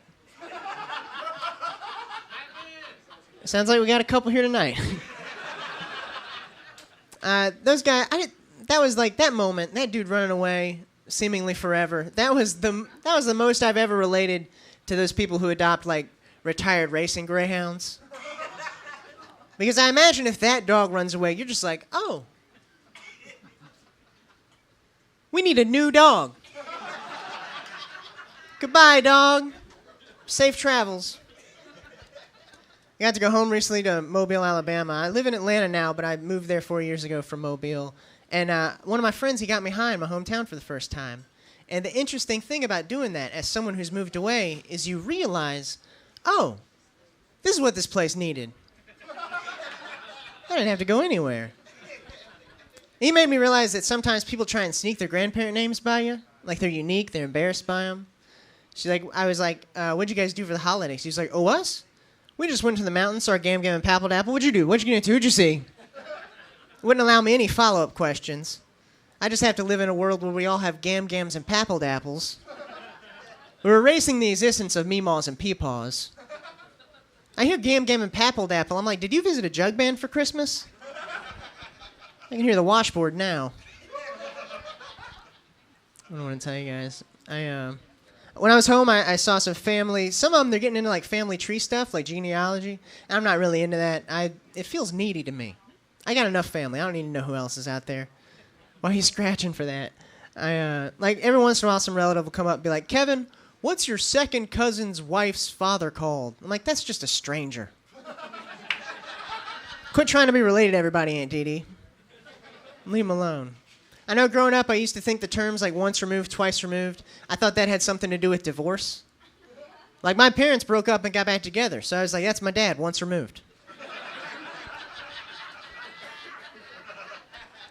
That happened when I was 5. My parents broke up, and then when I was 6, they got back together. And even at that age, I knew that was strange. And I remember asking my mom, I was like, what's that about? And she was like, well, do you remember that art project you had to do in kindergarten where you illustrated what you wanted most in the world, and you drew me and your father back together? Well, your teacher showed it to us. That got us talking again. Here we are today, remarried. Isn't that sweet? They were divorced 6 months later. So, sometimes divorce is the kid's fault. First time, I'm in the clear. Who knows what they were up to? Second time, all me. Put it in the record books, no asterisk, I earned it. Think about that. My art inspired 2 adults to exchange vows. I did that at the age of 6. I don't think I'll ever top that. That's the kind of thing you write a letter to Rascal Flatts about. I did it early. I want to tell you guys. I was in a restaurant the other day, and I overheard this couple talking. And the guy was really big into talking about self-improvement. And the way he would do that was he'd talk about past versions of himself and then the present version of himself. So he'd say stuff like, me then could not handle that. But me now knows. And to me, he just sounded like a new age caveman. He's working on himself, doing some work, trying to get it together. Me then not know how make fire. Me then drawn cave wall. Me now knows drawn paper take everywhere. Me now knows.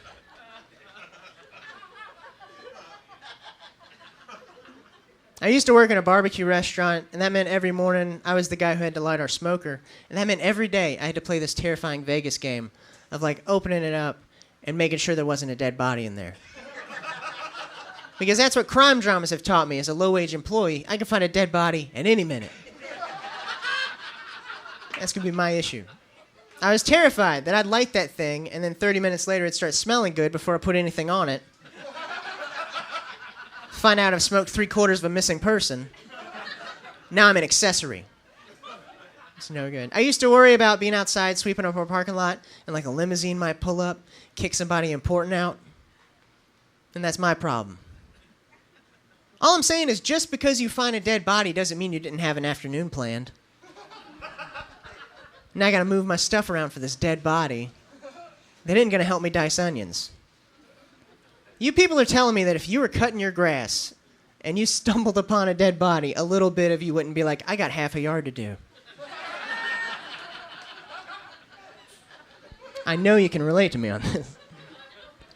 I grew up kind of poor, kind of sheltered, I think, because new stuff is always a threat to whatever your parents have already told you.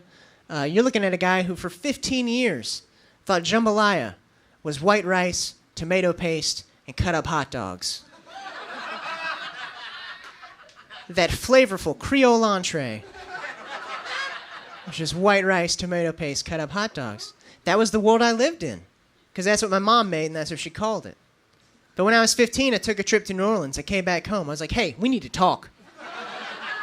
I'm looking like a fool out there, telling people about your Bobo jambalaya, but me now knows.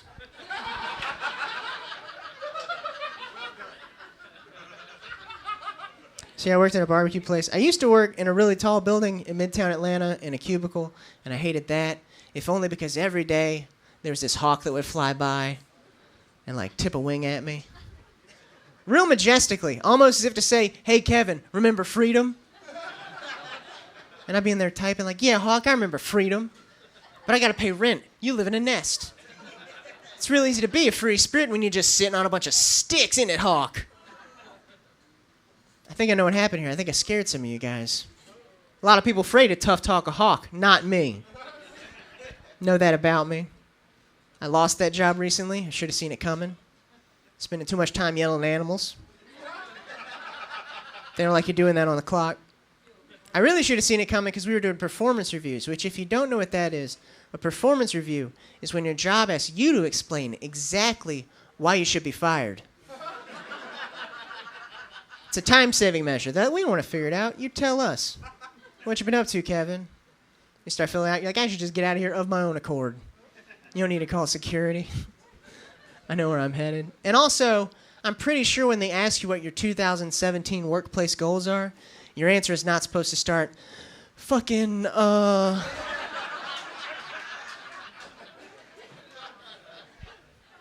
It's not a goal. They won't take that.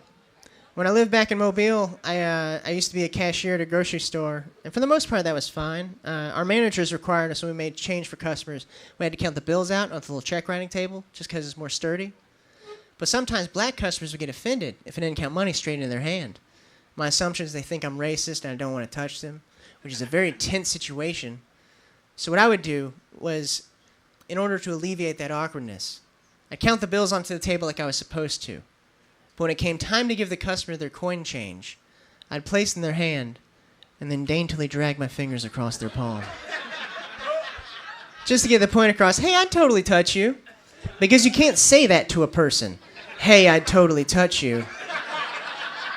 It weirds them out, I have found. You guys got kind of tense on that race stuff, so I'm going to keep doing it. I visited Stone Mountain recently, which if you don't know what that is, Stone Mountain is the Georgia State Park that can't decide how sad they are about how the Civil War turned out. It's like the Confederate Mount Rushmore. It's a big rock mountain with Confederate edging to the side. And the staff do a lot of talking that sounds like, weren't those the good old days? And you're like, yeah, for some people. But not everybody. Did you check with everybody? I don't think you checked with everybody. I don't believe you. I was visiting that park with my roommate at the time, who's a German visiting the United States, so I had to explain a lot of stuff to her. And at one point, she was confused about why someone would want to be pridefully associated with that side of the war. I didn't have a good answer for her. I was just like, it's complicated. Sometimes people like to know and celebrate their heritage, but then when you actually look back, you might find some stuff that's not quite worth celebrating. My German roommate just smiled and said, I understand that.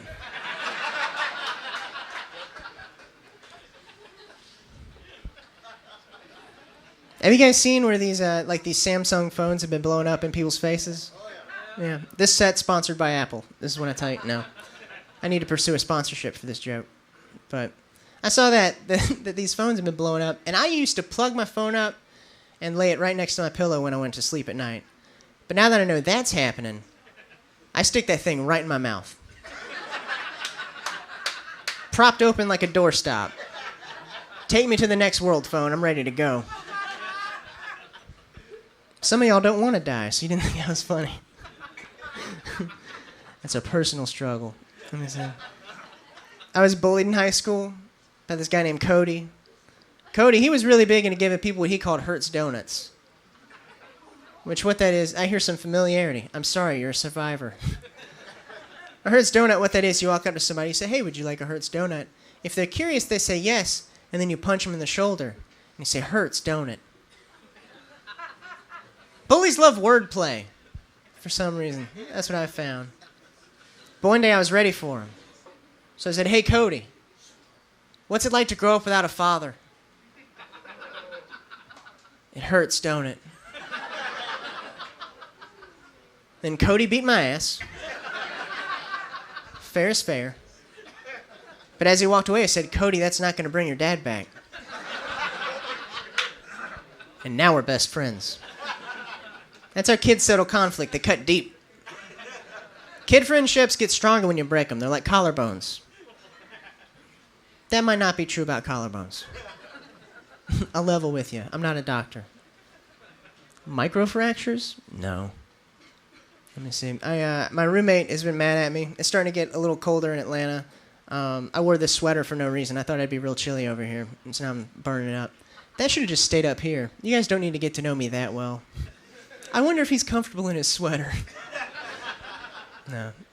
But it's been cold. I've been running the heat in our house. And my roommate, he's been mad at me because I keep running the heat, and it's running our power bill up, which is true, but that's not fair because my roommate, he just got a pet snake. And this snake, he's got 2 little heat lamps all to himself.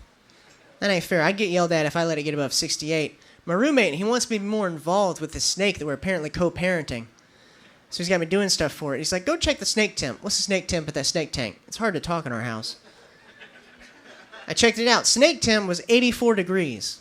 I get yelled at if I let it get above 68. That ain't fair. So I told him, we're just going to get rid of the snake tank completely, crank up the heat in the house, and I'll just deal with being surprised by a snake occasionally. I could deal with that. I'd be all about that. Be making a bowl of cereal in the morning, hear that rattle. It's like, all right, after you, snake. Snakey's first in my house. I can wait. I like riding MARTA in Atlanta. That's our little train system, public transit. Sometimes people try and sell you stuff so you can get some shopping done. It's real convenient. So one time a guy stood up, he addressed the entire train. He said, excuse me, everybody. My name is Trax. I ride these trains selling candy to try to make a better life for myself.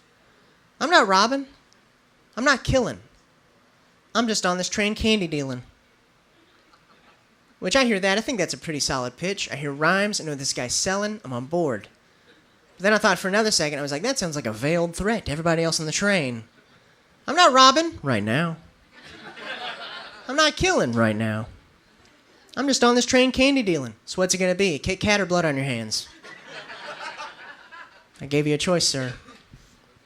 The other day I was riding home and I kept repeatedly forgetting and then remembering that I had a frozen Kit Kat in my refrigerator at home. Sitting right there next to one of my roommate's snake rats, just waiting on me. But remembering I had that candy, that is the most that I think I can relate to ever having multiple orgasms. Because I used to ride along and just let it hit me wave after wave. Just, oh yeah, Kit Kat waiting on me. Then I'll forget for a little bit, get to remember, oh yeah, Kit Kat. Every stop I get excited. I'm like, what's waiting on me at home? What's in the fridge? Chip? Nah. I don't want grapes. What's in the pantry? Chips? Ugh. What's in the freezer? Oh, Kit Kat. Just the whole way home. It's a gift you can give yourself. When you leave here tonight, buy a Kit Kat, throw it in your freezer. Lose it on the way home from church tomorrow, whatever you do. I fell down in the shower recently. I'm 28. That isn't supposed to be happening right now. It's too early. That was very humbling. It's just, if you've never done that, it's you laying on your back in a tub looking at the ceiling like, how did I get here? How did this happen? A roommate, like, this is not the kind of thing that's supposed to be taking me out for a day and a half. It's an existential crisis for me. I had a roommate, like an old roommate call, and he's like, you want to go get breakfast in the morning? I was like, I don't think I could do that. I got to call my grandkids and see if they want to hang out. It's not the kind of appropriate incidents I'm supposed to be dealing with.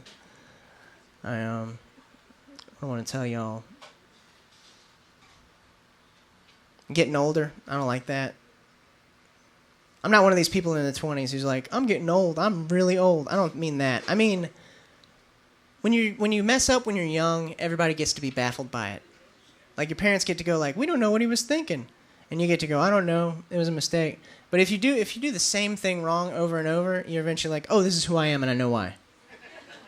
That's what sucks about getting older. I'll tell you this. I think what I do, like a bad habit I have, is I like to roll around in self-pity. Keeps me from having to do stuff I don't want to do. So I'll tell you this. I dated a girl for, I'm not going to tell you how long yet, but for too long, who would not have sex with me. It was a very comfy situation. I knew what to expect. It was my first relationship. We were both 17, both virgins, but we both expressed an interest in eventually having sex. We had a meeting in a boardroom. We discussed our future plans. No. Let me see. This is the fun part about comedy, where you tell people a bunch of shit about yourself and then you forget the funny part. Because now you just know me. It's a very vulnerable position. Who is that good for? I think the reason I stayed in that thing is because I'm addicted to martyrdom. I was like an overweight dude. I didn't like myself. And I thought she was all that would have me. And, like, she liked having that power. I remember, like, 3 years in. See? Too long already. I remember, like, 3 years in, I started doing comedy, started going all right. We had a fight. And she threw this at me. She said, Kevin, what are you going to do if you leave me? Go date some fat girl who will have sex with you? And I remember I thought, oh, yeah, I could do that. And then I dated her for 2 more years. So 5 years. That's a long time. That's crazy. That's insane. 5 years, that's like, one of the ways I like to torture myself is to think about other stuff I could have got done or that could have happened in that amount of time. So I was like, this is that sunken cost fallacy that Kyle was talking about. I was like, I could have got out of there. But 5 years, that's like a prison sentence for some people. It's like that's a kid in kindergarten. How about this? Hypothetically, if I'd met a baby when I was on my first date with that girl, like in the movie theater lobby, like I'm out in there getting like popcorn from the concession stand. I look to my right, there's a mother with a baby, and I make eye contact with that baby. And that baby somehow telepathically communicates to me that he would know all his letters, that he'd be able to tie his own shoes and write his own name before I ever got a chance to sleep with that girl. I would laugh in that baby's face. Ha ha, baby. What's a short fellow like you doing telling such tall tales? The mom would be like, why are you yelling at my baby? Well, your baby said something dumb he needed to know. Said? Then I have to explain that she has a telepathic baby. It'd be a wild situation. I'll tell you this, what happened this week? I'm not going to do that. It's so tempting to just do the director's commentary, Kyle, and just tell him what I'm thinking.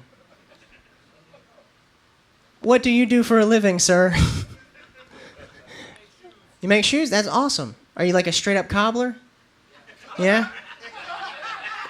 You don't play around at all. I'm a straight-up cobbler. Was that a lie? You seem like you wanted to take it back. You made it up? Well, I appreciate that so much. What a conscientious liar you are. You're like, this guy needs to fill time. I'm gonna give him an interesting occupation. Yeah, I'm a cobbler. Anybody else want to lie to me? I'd appreciate it. Sir, what do you do? You're a police officer. So are you like undercover security right now too? You're off? All right. Will you escort me to my car just so I feel important? Just for my ego? Can I give you $5? Awesome. One more lie. Somebody else lie to me. What's that? Janitor? You gonna sweep up this mess I made when I get out of here? You're off too? All right. You're not undercover sweeping? See. Let me see. I'll tell you this, I'll get out of here, guys. I was doing a show in a college town a little while back, and I was staying on campus behind this couple, and I overheard the guy ask the girl, he said, hey, do you have any homework tonight? The girl said, damn it. I've got to write a paragraph. Which, that's the most burden I've ever heard anybody who had to write 3 to 5 sentences. But I was understanding, I was worried about her. Because what's going to happen when she gets assigned like an 8-page paper? You know, she's going to go home and kill herself. And I think the saddest part is we know there won't be a note. All right, guys, thank you very much. My name's Kevin Saucier. Welcome Derek back up here. Thank you so much for having me. Enjoy your night.